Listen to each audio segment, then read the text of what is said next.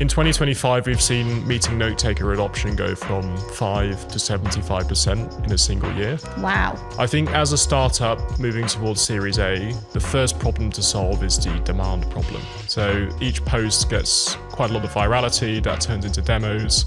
So the more hate you get, the better. Hi everyone, I'm super excited today. You'll see me very giddy because on the couch I have a founder that I actually met probably within a couple of days of starting my business at the Engine. Leo Rogers from Curvo was building his product at the time, and we met and spoke about his journey, and now almost 2 years later he's joining me on the Founders Stories couch. So I'm very, very happy to welcome Leo from Kvo AI. Leo, thank you for coming to talk to us today. It's lovely to see you again. How have you been? Very well. Pleasure to be here. Thanks a lot for having me. It seems a bit surreal because we were both starting new businesses when we first spoke. So Curvo is a product that I'm very much bought into. I use it myself, but why don't you tell everybody about Curvo and the problems that you solve largely? Yeah, for sure. And good to hear you're also an evangelist. Yeah. So yeah, Curvo really started from a position of live pain, having built and scaled a sales function, hired a chief revenue officer, built out an account executive function in my last business, and really saw this gap between the top performing reps that would consistently do 80% of the revenue and the long tail that would be stuck, not hitting a number and needing the enablement to help drive better performance. And from intrinsically looking into the market, I figured out that there were a sea of meeting note takers, which everyone's probably familiar with, that's been in everyone's Zoom lobby in the prior year. And the gap actually was in giving live in-call feedback. So as opposed to after the fact, 24 to 48 hours later, telling you why you've lost a deal after it's already happened, giving people suggestions when it really counts in 500 milliseconds, live in their conversation on handling objections, what questions to ask, and how to navigate nuanced, high-stakes conversations, and giving sellers that second brain in every single interaction so that ultimately, we reduce the issues within sales, which is very high churn, and there's often that cost center in the middle that isn't hitting a number, and create a future with leaner, high-performance teams that are all empowered to do what they do best, and that's talking to customers and selling deals. I bet the sales leaders who are listening to this, just like myself, even though I know what Curvo is, when you're talking, the sales leader in me, my spider sense is definitely tingling. I get kind of goosebumps because the thought of being able to do that is very exciting for sales leaders. You said it was born out of some pain. So talk to us about the ideas around Curvo and what made you go down that route. For sure. So I've had a very unconventional route into selling. Never had a proper account executive role or a sales leadership position. But my sales experience has been born from being a founder and having to learn everything the hard way. So when I first went into selling, it was in the height of COVID. I had this really janky setup. It was still in the bedroom in my parents' house with this weird side angle with the bed in the background. And at that point, it's become normal to be able to deliver sales conversations in the home setting. Prior to that, you needed a swanky office and an entire setup. So that's when I really launched in at the deep end.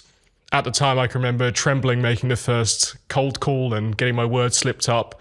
And I just built the muscle like any repetition you do in life. So consistently doing it over and over and over. First 50 conversations I had, I may have got rejected. Had no sales coach. And this was when I was selling design services, so largely a consulting-based offering. Really learned it the hard way initially, got some wins under my belt, and then became obsessed around not only the art, but the science of selling. Brought on some really great advisors and started to read a lot of literature around selling, and for myself to become the best I possibly could. And I had to deliver a number. Had a payroll, had people that were dependent, and the dependency was on me to be the best salesperson I possibly could. And that's where the passion formed, and eventually decided to wanted to go all in and create something to help other salespeople along their journey. That's so cool. Most people founders that sell, so I work with lots of founders that do founder-led sales, they've come from a sales background, and the founder bit has come later. For you started off being a founder and then realized that you had to take this thing to market and that the onus has been on you. So you've almost had to learn how to sell on the job. And what's come out of that is a product that's helping people to sell by teaching them the science of sales, essentially. Off piece just for a second, because I know people will be interested. You've read a lot of literature. What's your recommendations for salespeople? I would talk a lot to a big MEDDPICC evangelist. Yeah. I can remember the time I read Andrew White's book on MEDDPICC that really changed the tide on how I thought about selling, particularly in an enterprise context. And from implementing it, saw great returns in terms of win rate. So that's one that I would advise strongly in reading, and also the gap selling model. Yeah. Both of which I think are foundational literature for all sellers to read. Right. I know there's lots of other methodologies like Sandler, and you can go few and far between, but those two are good pillars to initiate. Yeah. Good advice. I would definitely agree with that, because you can't read everything, and there's too much. There's actually too much. We're spoilt for choice. So I think those form a really good foundation. I would definitely agree. And actually, your love for the science of sales, actually then you reflected in how you trained and built the product. And you actually built the MEDDPICC methodology into the product, right? Exactly. And I think it's coming from a unique lens that I didn't come with any prior playbooks. So I had to build the science of sales from the foundation up, and wanted to do MEDDPICC differently. And for those who don't know, it's a enterprise methodology used by the vast majority of sales teams globally as a language of qualification within their deal review discussions, but also as a framework, a compass for them to guide and navigate high stakes conversations and meticulously plan the deal strategy for going through the various stages. And wanted to make the framework itself more fun. Traditionally, it's a sales leader at a deal review harping on with lots of different questions. Have you done your metrics? Is there pain in this deal? Yeah. And I thought, how can we gamify this experience to make it fun for reps and less laborious? And that was by putting it in the moment. So live in your conversation, there's a score that's filling up, it's gamified, and it's like trying to get to that next level, the 100% on each category. And that for reps, increases adoption, makes it more prevalent. And then it means that leaders is less of a lift for them to have to drill down MEDDPICC in every single discussion. Yeah, you are absolutely spot on there. As a rep myself, working in businesses where, MEDDPICC was the mantra, I would absolutely dread, even if I had deals that were going very well, I would absolutely dread deal reviews, because they would just seem to be looking for where the skeletons were in my deals, and almost using MEDDPICC as a weapon against me as a rep.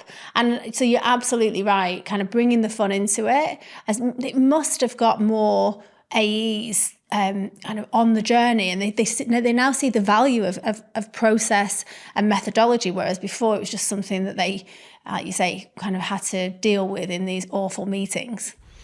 Exactly. And I think that's all to do with the new world of selling, which is largely productized, standardized driven processes, where you need a framework for success. And it's all around empowering reps to follow that process. Definitely. But one pitfall is not to become too fixated on the framework. If you're asking checkbox questions, then you lose the essence of the art of selling, which is still imperative, which is the relationship building, being able to have charisma in the conversation, bring people on side.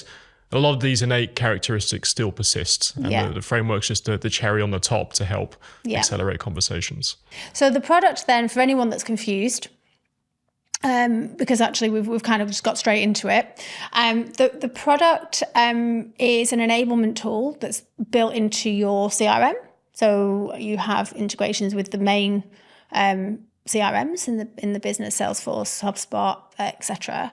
And then it's just kind of on in the background, right? So you're going about your day, you're making your sales calls, you're having your conversations with your prospects, and Curvo is helping you to get better, giving you coaching, I suppose also creating some insights and analytics in the background for managers, because you said it's taken away some of the lifting from them. Is that basically how it works? Have I missed quite a lot there? Feel free to give us a bit of a pitch. It's a very fair reflection. All I would say is, automatically updates your CRMs. A lot of laborious admin work is taken out of a seller's workflow to help them focusing on more productive activities. Yes. The best way to characterize Curvo is a heads-up display. So there's a series of translucent widgets that will go over your Zoom, Google Meets, or Teams meetings. One of them is the nudges widget that's giving you those live suggestions in real time. Another one's the MEDDPICC widget, as we've talked about. So they're prompting you, scaling the wisdom of the sales leaders, their playbook and best practice, and giving you a coach that's with you in every single meeting to help move conversations along. And then retrospectively, it's automating a lot of the tasks that sellers despise doing and focusing on more important activities. Yeah. And what's your view on obviously one of the things that we need in order to be able to give those insights is some sort of recordings, transcripts, etc. of what's going on between prospect and seller. I think that has become quite annoying to people. The whole, note takers taking up more space in a meeting than particularly like on a product demo or something like that. They're just in the way, what used to be quite cool. And now it's like, go away. But I suppose you need that insight in those notes and those transcripts and those recordings to be able to, for the product to be able to work. How are you dealing with that? Yeah, I think largely there's a net positive of having transcripts because the depth and quality of your sales cycles vastly improve. Now, we've seen across the board, sometimes 20 or 10 note takers being your lobby. It's completely submerging the discussion, and you can't even see the tile of the person you should be talking to. So there's fatigue with note takers. The trend in 2026 is on device. So note takers will reduce in their prevalence in meetings, which is a good thing. You will no longer see lots of tiles, but your device will be recording the conversation without a bot needing to be in the lobby.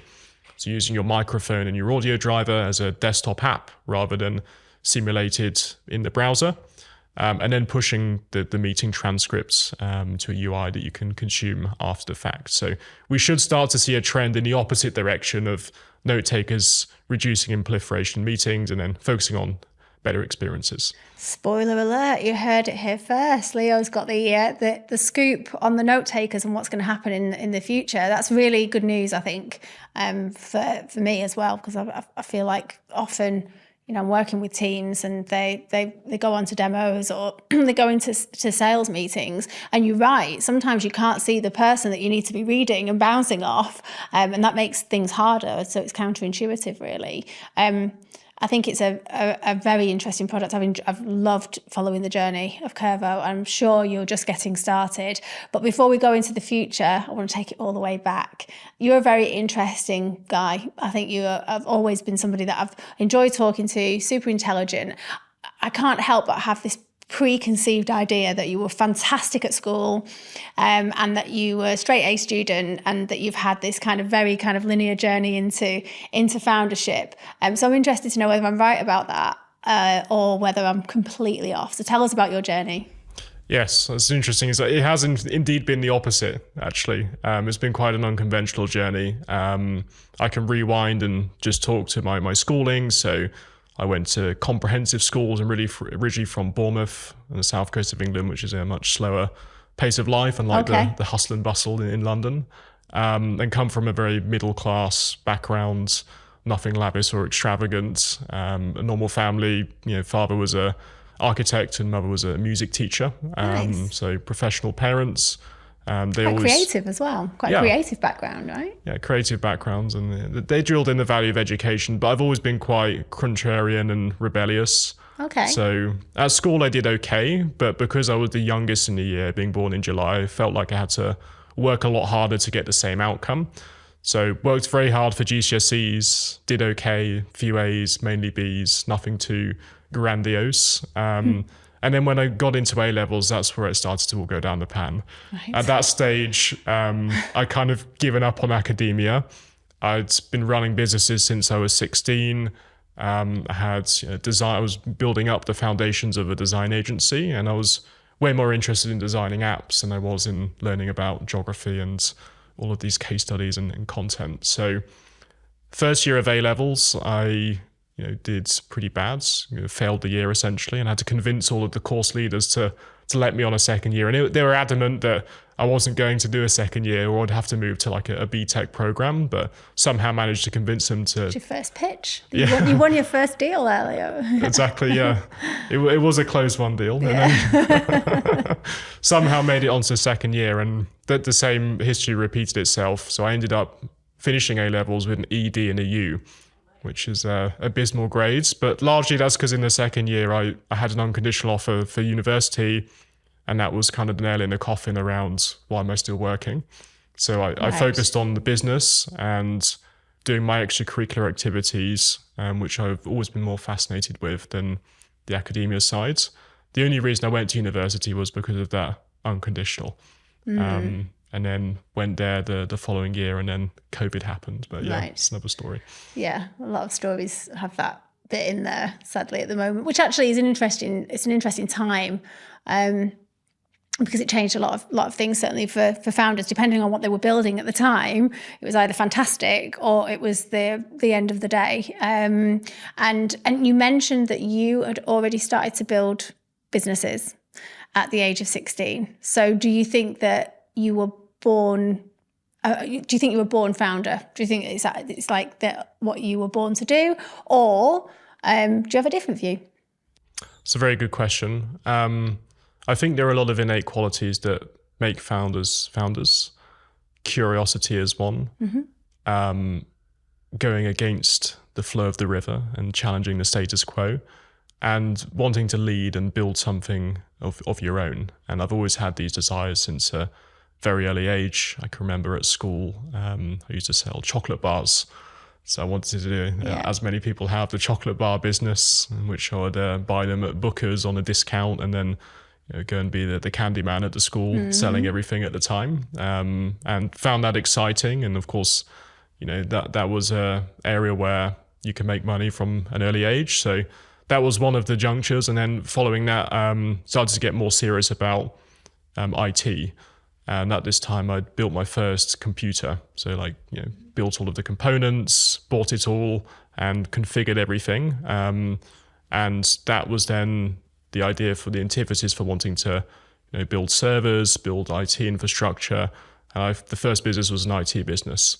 So I was working with lots of professional services across Bournemouth to fix all of their IT issues. And how old were you at this point? 16. 16. So I can remember going into an office, everyone was like 35 plus. I was there as a 16 years old kid going in, claiming I could fix anything. And that was just pure naive optimism. I've always had this certainty, maybe delusion, if another word to put it. It's a thin line, I think. Yeah. This certainty that I can do things, and that, it's a growth mindset. That whatever you need to know, you'll learn and you'll figure out, rather than a fixed mindset of what you know now. So I can remember working in some architecture practices until midnight, fixing all our IT when everyone else has gone home. And just Google searching how to do it. Yeah. It's like the server's broken, internet's off, Google search, figure it out. And largely you figured it out in the end. So that was a fun world, and juncture into the IT industry as a whole. And have you trialed the whole having a 9-to-5 world? Is that something that you've kind of dipped your toe into at any point, or have you always just managed to do your own thing? I have. My first proper job, as you could call it, was as a commercial user experience designer. Right. So I worked in an agency in Shrewsbury, actually, designing for lots of different startups. I was the only designer amongst 10 engineers, and they kind of brought me under their wing. I didn't have a great deal of experience at the time, which I'm grateful that they brought me in there, and learned tremendous amount in 6 months. And the amount of knowledge was also a catalyst for starting a design agency there on afterwards. Yeah. But I was always hungry to do more. I was hungry to do the selling and the leadership, as opposed to just strictly like a individual contributor role. Yeah. They must think, what the hell has hit them? You go into a job at still a very young age, 18 at this point? Yeah. 17, 18? And this kid in the corner is not just amazing at the job that he's been hired to do, but he's also trying to get involved in all these other areas. Like, how did they deal with you? Did you get that feedback from them? Like, how did it land? And where they're all a lot older and they've got a lot more experience. Well, I think largely they were set in their ways around how things should be done, and I was quite rebellious. So I would challenge things consistently. And in a job, you should really toe the line more. But I felt that was the right thing to do to grow the business. And I was just focused on output. I wanted to output more work than the management had the capacity to review. So I got satisfaction from moving tickets across the board and doing as much output as physically possible. Right. But then I felt a glass ceiling. Yeah. Wanting to do more. I got to a certain point and I thought I could run the whole thing. So then I decided that was the next step, essentially. Yeah. So you just went and did it for yourself. Yeah. And how has the business world been for you? Have you always so you got into the design agency? Did you have kind of co-founders and people that you don't? Have you always kind of been solo in the entrepreneurial journey? Yeah. So I've done all the permutations, being a co-founder, a solo founder. The first business was as a solo founder. I think inherently when you start and you have no experience, no network, and not much to offer, you can't attract a good co-founder. Right. So I thought, okay, I'll do it myself initially and build up enough value and experience to then get the right co-founder at the right time. So the whole agency journey was as a solo founder. I built the whole thing from the ground up, 1 to 25 people, just me. Hired a senior leadership team of people that were over 40 with grey hair while I was still 22 at the time. Interesting. I'd love to have been a fly on the wall at the board meetings. Yeah. Did you find that you were listened to? Do you find that they? I mean, obviously you wouldn't have hired them if you felt that there was a disconnect there. But have you ever found the fact that you are a very young founder? Have you ever found that difficult even with your own teams in the boardroom, etc.? I think weirdly there was always respect. I think I've always got the respect because I've done stuff. I've built it to a certain point, and obviously that it didn't materialize overnight. So something must be right for that to have happened. So within the team, I was grateful to have respect from the senior leadership who were brought in. I think, of course, I've had challenges when in sales, for example, where people go, "Oh, who is this kid?" Yeah. But I've always had the philosophy. You mean in deals by your prospects? Yeah. Right. Yeah. But I've always had the philosophy that they may have the preconceptions. I'm fine for them to have the preconceptions. But by the time we've finished an hour meeting, the preconceptions will be gone. Yeah. And I always had that mindset that 60 minutes is enough runway for me to change their minds. And started with that approach. And yeah, largely the age goes out the window at a certain point and they think, okay, can this add value to me? Can I trust this person? Are they knowledgeable in the area? You start to ask different questions, and from that point onwards, then the respect is earned. Yeah, definitely. No, it's I find that kind of fascinating. So, like you say, the respect thing comes from what you do. Shouldn't be how you look, how you sound, how old you are. It should be about your actions. And if you're always doing the right things, you're moving the business forward. You've got 25 people working for you. Can't really argue with that, can you? Like, you can't then just focus on something as small as somebody's age. Where have you found the real kind of difficult parts of this journey? Like, where have you fallen down potholes that you feel like, had you known they were there, would you have done anything differently? Maybe people listening would find it useful to know kind of where those lie. I definitely made lots of mistakes, and you don't know what you don't know. Yeah. So for all of the decisions I made in growing the first few businesses, I'm making them all for the first time, insofar as who I should hire. Yeah. That's probably been a big one. I've hired people I shouldn't have hired, didn't necessarily have the skill sets, didn't properly qualify them, and that creates turbulence. If you have to hire someone and then 3 months later you have to fire someone, and then that happens repeatedly, then of course it creates a cultural ramification. So I think one of the key lessons is not just going purely off impulse every time, but taking more diligence around listening to those who have been through the pathway before and not making the same pitfalls, because I learned a lot of it the hard way. I had to learn it myself to prove to myself that was the wrong way of doing things. So hiring's definitely been one of the big ones, and now I'm much more stringent and selective with who's being hired. Much longer process to evaluate, referencing checks, more diligent specification of exactly who that person is and why they would fit in the business. Other mistakes is, potentially hiring friends or family members. That hasn't gone to plan as well. So also learned that the hard way. And I think of companies differently now. They're like a professional sports team. And the reality is everyone's there for an economic reason. As much as you have the culture and morale, it's the economic reason that's the tie, that's the pull factor for why everyone turns up every day. So that's probably been one of the key mistakes, is in hiring the right people. Yeah. It's difficult, isn't it, when you get to that point in your journey that you need to hire, you need to grow. And then things start to get very interesting all of a sudden, because you've got more accountability to other people, their families, their mortgages, all of that added pressure. And ultimately, people don't tend to care about your business as much as you do, funnily enough. And that can be frustrating as a founder. I work with CEOs that I've had to feed back to them.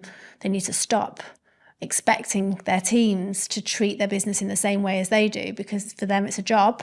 It's not their business. So I think it's a difficult one from both sides of the fence. And you mentioned that in your current business, you decided that you're going to take the sales role, the lead sales role, which actually then meant that you developed the skills to build Curvo. So that's good that you did that. But I think sales teams is probably the hardest one to get right. Maybe I'm just biased because I run sales teams, but I feel like when it comes to hiring and growing, that's one of the hardest teams to get right. And not just from a people and skills perspective, but from a timing perspective as well. This whole kind of, when do I go from founder-led sales and to having a team, and who do I bring in? Do I go with founding AE? Do I start from the top, go CRO and work down? Do I just get a massive team of SDRs and get them on the phone, get some revenue in, and then start to think about building them from the foundation upwards? What's your view on that?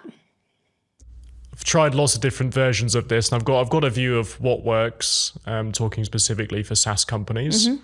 I think as a startup moving towards Series A, the first problem to solve is the demand problem. The demand problem is always the very first one to solve, and a lot of startups are clutching on straws. They just don't have the pipeline.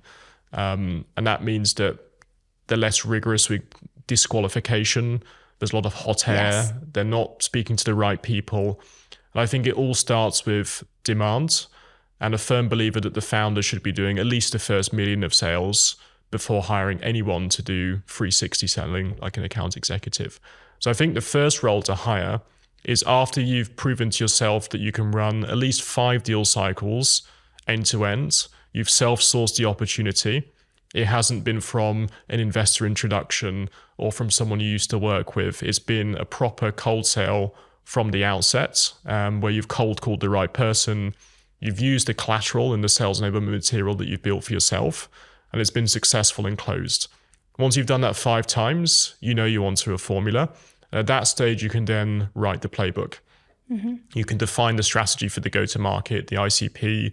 You intrinsically know the pain points, the messaging that lands, and you can start to build out the demand generation strategy, and then also the closing strategy for each deal.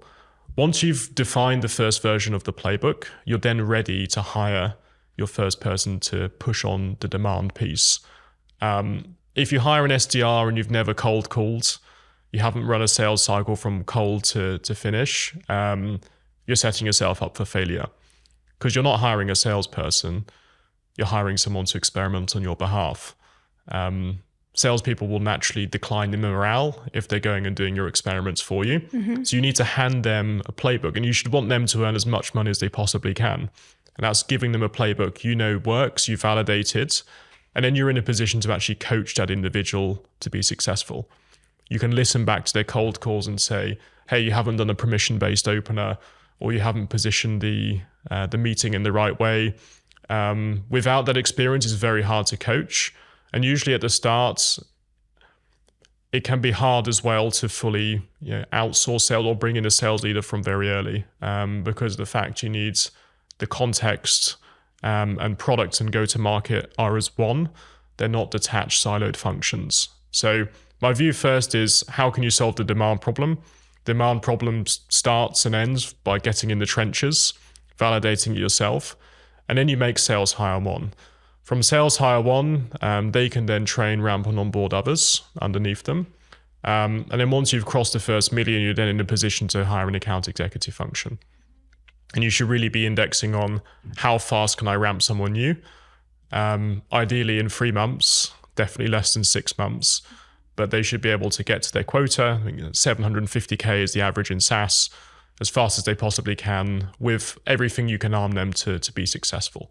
And in the wild, I've seen this with lots of startups, the mistake where founders hire a salesperson with nothing validated, set them off into the wilderness and expect them to come back with a number. And that simply doesn't work. And then we're back to the present day. So Curvo, tell us about the, you've told us a little bit about the idea for Curvo, but how have you kind of grown this business? I know that if you go to any networking events and go to market, there'll be at least 1 or 2 people there that know you, know the product, and really advocate for it as well. So I think one of the things that I can see that you've done along the journey is that you've got some fantastic people on board. Just from an advocacy perspective, I'm sure you've got a decent board as well, but just from a people understanding what you're trying to achieve, I think you've done very well in terms of that. So how has that journey been? How have you built Curvo?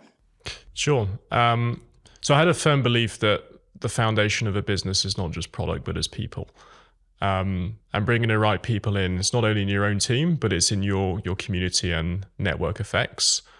So focused from the very start of the business in bringing the right advisors, partners, and investors on board. Mm-hmm. And that started with looking at who are the very best sales leaders that are in London, that are in EMEA, that can not only advise us on what we should be building, but also push the word out to their industry contacts and helps evangelize in their current roles to push the product.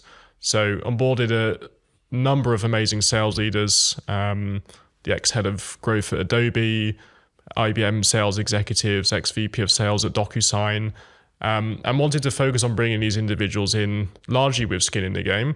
So the vast majority of sales leaders that we have on board have invested. We have about 18 now on the cap table, split between chief revenue officers and VPs of sales that are intrinsically focused and looking for the same outcome as us as founders are. And that's helped to create a lot of network effects. Each one of those sales leaders probably has 5 very warm accounts in which they've either worked in the past, or they can pick up the phones to CRO and push the product. And then 5 lukewarm accounts, which is still much better than going in cold. So that's created a level of distribution that's been unparalleled. Beyond the investor pool, we've also focused on partners. So we wanted to bring on a partner network that knew about the product, that understood the value proposition, that were also in the space. So we've signed up over 30 partners now, which encompasses like sales transformation consultancies, fractional chief revenue officers, and those that are within the field. And this community is a critical mass of referrals, essentially.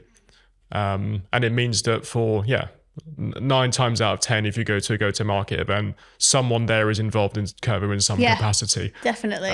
So that's what we focused on building, and it, in a way, also ring fences the market because you have evangelists on your side, and as the industry further commoditizes, you have the right people in your corner rather than in another corner. Yeah, and this is before you've picked up the phone. So you just mentioned all of those ways in which you can generate demand and revenue for the business without actually then you doing anything, but you've then layered in, you've got the sales team, how's your sales team now actually? You have, which model have you gone for? Do you have the SDRs, or how have you worked that? I think last time we spoke, you were thinking about going down the SDR route, but I'm not sure if that's what happened. Yes, we've gone down the SDR route. Yeah. So we have go-to-market hire one called Dave, who's generating loads of demand through cold calling on the playbook that's been proven. Yeah. So calling up CROs directly and pushing for meetings. And that's, of course, being very successful. That's probably our main driver of pipeline right now. I'm still doing all of the closing. So that's the aim of the game. And we're looking in the next month to hire a full-fledged account executive function to run on the playbook that we've now built and validated. You know that it works. Yeah. So at that point, you've got a really rounded revenue org, because you'll still have the referrals, you still have the partnership program. So you've got all of these different channels that you're working as well. What have you done around the kind of marketing piece? Has that been a channel for you? Has been a channel. I've been running a podcast called Funnel Vision, which brings on... Nice, like that name. Yeah. So a play on words. Yeah. Brings on renowned sales leaders in EMEA to talk about their stories and their journeys. And that has been a great content medium. Yeah. All tech companies are now becoming media companies. So I have a strong philosophy around founder personal brands and founders creating content and media that gets them out there. Because we're now in the game of visibility and attention. Even if your product is not a level of incumbent, if you're visible there every day, perpetually and consistently, you're going to win the business, you're going to generate the demand. So focused on founder-led content, both from a podcast perspective, which of course each podcast turned into 15, 30 clips that you then publish, but then also in writing content on LinkedIn, on different themes around what we're up to, and more generalized content again to push the word out there. And I've been experimenting lately with rage bait content. I have seen. That's what I was trying to get at. So how's that gone? It's quite. I feel like I see it, and I'm like, maybe it's because I know you, but I'm a bit like I know what this is, but it works. It seems to work, right? What has been your experience of it? Yeah, it's got to the stage now where I'm on LinkedIn subreddit forums for LinkedIn lunatics. So really? I recently made the breakthrough over there. But yeah, firstly, I thought like LinkedIn's way too serious. Yeah. Everyone's taking it so seriously. And business a game of chess, essentially. And I thought, what's one way that I can generate demands, perhaps more unconventionally, that will get eyeballs. And that's by feeding into certain like anti-popular culture norms, like working 80 hours a week or never cooking. Yeah. The toxic founder traits that people think are terrible, that founders work themselves to death, and just leaning into that in terms of the content themes. And it's working so far. So each post gets quite a lot of virality, that turns into demos. So the more hate you get, the better. But it's working, right? I'm not suggesting everybody does this, because you do it you've been very clever with it, and you don't do it all of the time either. It's not like you're doing it every single day. It's every now and again you drop one of these posts, and they are quite entertaining. I love the way that they're written. I believed the first one, by the way, the food one. I was like, I have Thrive meals. I was like, we're totally related to it. Okay, so we obviously. Curvo now is obviously washing its face very successfully.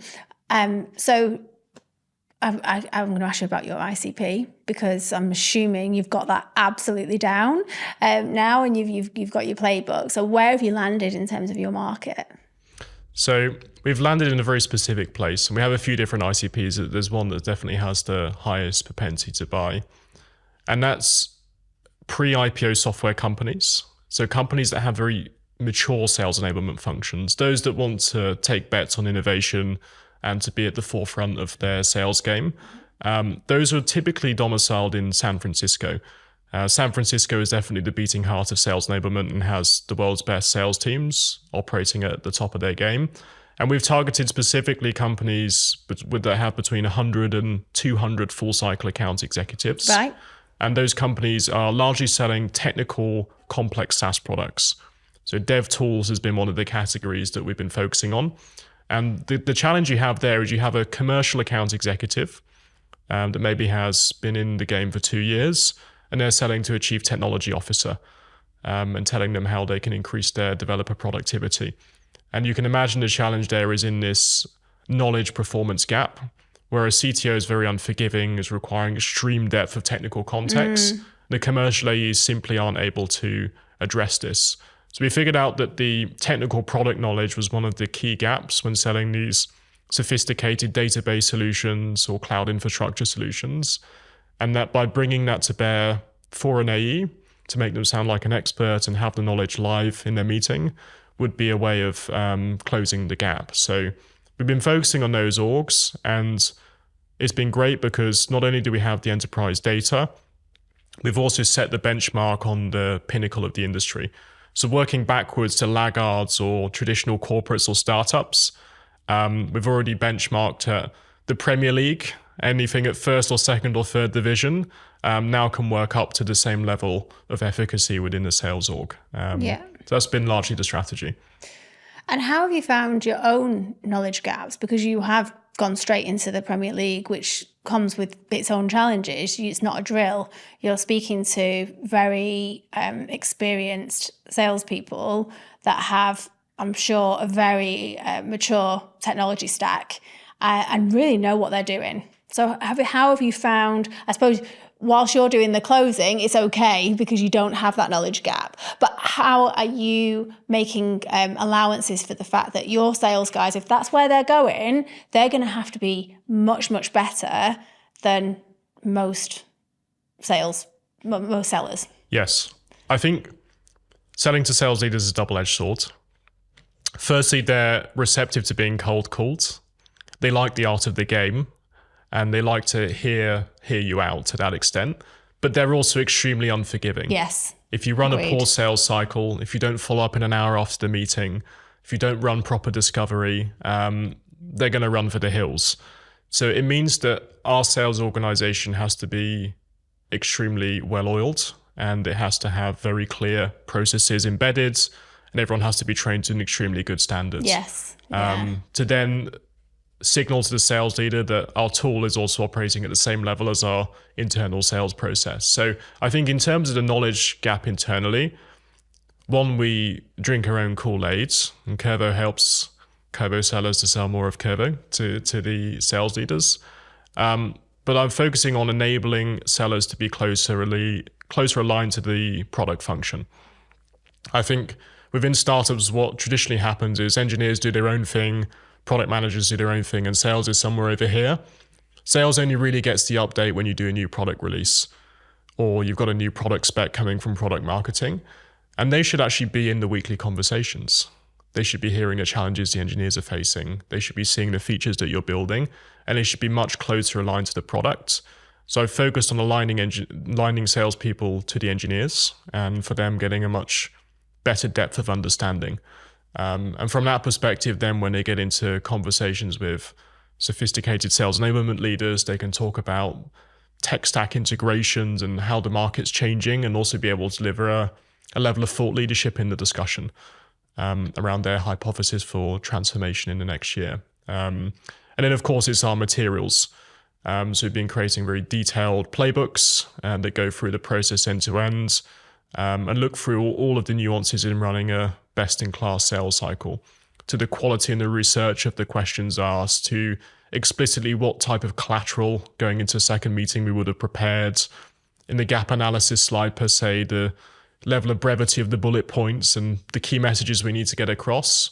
We get very meticulous about all of the details. And then as a leader, I spend time looking at the reps' conversations as well, just to see, are they aligned to the suggestions our system's providing, and are they actually operating as to the playbook? That's interesting. And actually, I'd urge any CEOs or CROs who have that view of, let's just sell bigger deals. Let's just move to the enterprise market. You've got to be willing to do everything that you've just said. It's not easy. It's not for the faint-hearted. Enterprise selling is a different beast altogether. And unless you're willing to put in all of that work, which you've just listed off there, a whole load of things that you've done in order to tool you up to go into that market, and tooled up you need to be. Because as you've rightly said, particularly if you're selling to sellers of that quality and sales leaders of that quality, you're just going to get eaten alive, whether you're selling a sales enablement tool or whatever it is. It's just not going to wash. So I think if you've not got your process down and you're willing to put that work in and go down into the detail like you've just said, then actually you probably just should remain in SMB or mid-market, where it's a lot easier and not go after the big bucks. I think, SMB largely you can afford to go wrong. Yeah. You've got a lot more pipeline. The coverage ratio's much better than you have in enterprise. And they're also, it's a sprint. You're sprinting in 30 to 60 days end to end. You go really intensive for a while, you close it, and then you move on to the next one. Whereas enterprise is a lot more meticulous and it's a marathon. So it requires a different mindset from the seller. It's like daily chipping away. You keep chipping away every day. You keep making small progress. And eventually you do get there, but by the time you get there, all satisfaction of the deal's already lost. Because it takes so long. Yeah, don't do it for the love. Yeah. You got to be in it for the money. Exactly. That's the only way. Leo, I could talk to you all day because this is my world, and I just find it fascinating. I'm learning a lot just speaking to you. But we should probably start to think about what's next for you and what's next for Curvo. So what is the plan now for the business? More of the same, or have you got some big plans that you're going to be revealing next year? We have. In 2025, we've seen meeting Notetaker adoption go from 5 to 75% in a single year. Wow. Which is an outstanding statistic. Started the year, almost no one had meeting note takers. And in 2026, we see the same transformational change happening for in-call co-pilots, where we're starting the year with maybe 1% adoption. We'll finish the year with upwards of 70 or 80%. So everyone in their conversations will have a live co-pilot prompting them and directing the discussions. And for us to achieve Kvo remaining and persisting as the category leader and becoming market defining, we're launching Kvo Self-Serve, which will mean you'll no longer need to speak to a salesperson like me to sign up. For those who are doing founder-led sales and in the transition of building a repeatable sales function, you'll download it from the website, you'll get onboarded, you'll connect your knowledge bases, your Notion, your Slack, your workspaces. You'll create a playbook that's ever evolving based on learning what's working. And it'll enable everyone on the planet to be able to bring in-call coaching into their sessions and to drive more revenue consistently. So our plan for early Q1 is to launch Kvo Self-Serve and to continue to push the boat out, not only in EMEA, but also expand into North America to become the category leader. Fantastic. I can't wait to see my clients use it because I think it will be game-changing for them. And what about for you personally? Because if you don't believe the stuff that you see on LinkedIn, that you're actually just on the grind 24/7 and you're just, meal prepping or working or training in the gym, I don't believe that. I think that you've probably got some personal goals as well. I'd be interested to know what the real Leo gets up to outside of Curvo. Yeah, there's a sliver of truth in those posts. Yeah. I think obviously outside of work, I've been very one-dimensional and fixated. So I'm working on rebalancing in different areas. Yeah. And that's one of my goals for 2026 is to do a rebalancing act, which means more time at the gym, more fitness, and also taking up some new activities, such as salsa dancing, for example. Oh, fantastic! So that should be a fun way to unwind outside of the conventions of the office and do something a bit more exhilarating. Yeah, I think it is important, and we joke about the grind and everything. And you've got a lot of energy. You're young, and you live in London, like we said before. You're in the rat race at the moment. But at some point, I suppose it's that time to reflect and say, actually, is there something else that I can squeeze into this very busy life of mine so I can get to enjoy this hard work that I'm putting in? But it also sounds like you enjoy work, There's nothing wrong with that. You obviously have a lot of fun building this and seeing where it goes, and you've got a lot of friends in the industry as well, so it sounds like it's all kind of intertwined anyway, and doesn't need to be that big divide between big bad work and this is fun now, I'm going salsa dancing. It's all kind of one and the same.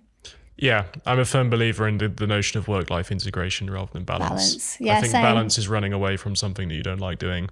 Yeah. To then create foster balance on either side. But if it's all integrated, then you're having fun anyway. And if you're not having fun, you're in the wrong line of work. So every day I wake up, I'm excited, and it doesn't feel like work. I'd be doing it for free if there was no commercial element attached. So from that perspective, it just, it keeps you motivated and keeps you going. That is a brilliant word. Some brilliant words of wisdom to finish our chat. I think people need to take advice from that. That, you know, if it doesn't feel like work, then you're probably doing it right. And if it really does feel like a slog and you need to go salsa dancing just to get rid of it, then maybe have a reevaluate. But I've loved our chat. I'm sure that there'll be a lot of interest from the sales community in having a look at Curvo. So hang on for Q1, wait for the big announcement, and then they can go and download it and have a play around without having to get closed by you on the phone, which God help him. Leo, it's been amazing to chat to you. Thank you so much for taking the time to talk to us. Thanks. Been a real pleasure. Appreciate you having me on. Thanks, Leo.